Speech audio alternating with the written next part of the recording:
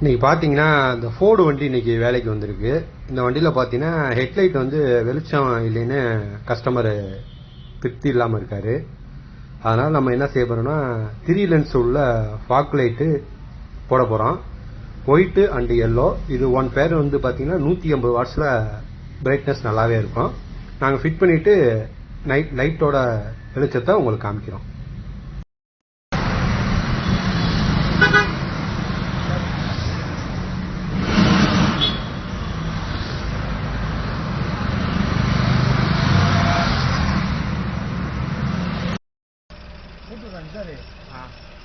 ஒரு second.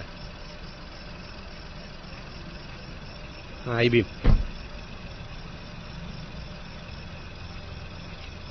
Low beam,